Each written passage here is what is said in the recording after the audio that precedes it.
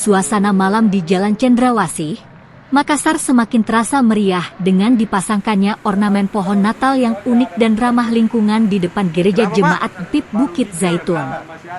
Dalam rangka menyambut perayaan Hari Natal 2023, sejumlah pengurus gereja dan komunitas setempat bekerja sama untuk menghiasi area depan gereja dengan pohon Natal yang berbeda dari biasanya.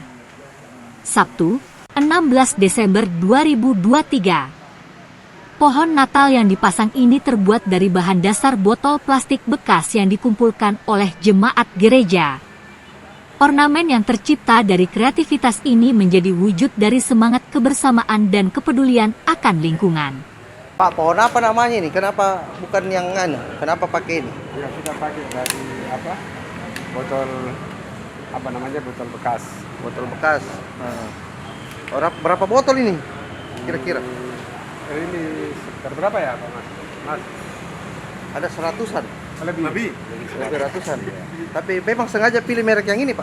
Tidak, kebetulan saja teman punya selalu minum itu dan kita kumpul. Oke. Jadi dimanfaatkan.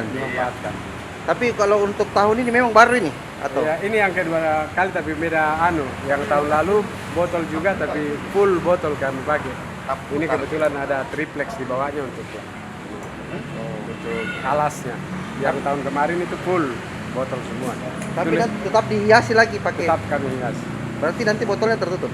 Tidak, tetap botol kelihatan tapi yang bagian-bagian sini kami kasih ornamen Natal.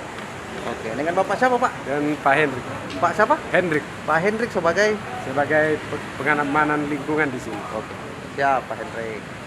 Menariknya, pohon Natal dari botol plastik ini juga memberikan pesan tentang pentingnya daur ulang dan kreativitas dalam merayakan momen penting seperti Natal.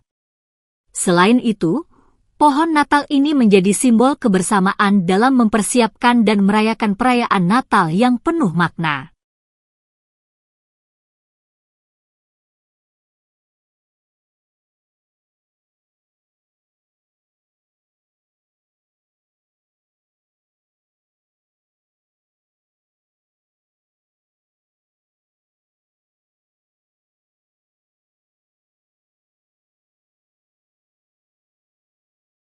Download Tribun X sekarang, menghadirkan lokal menjadi Indonesia.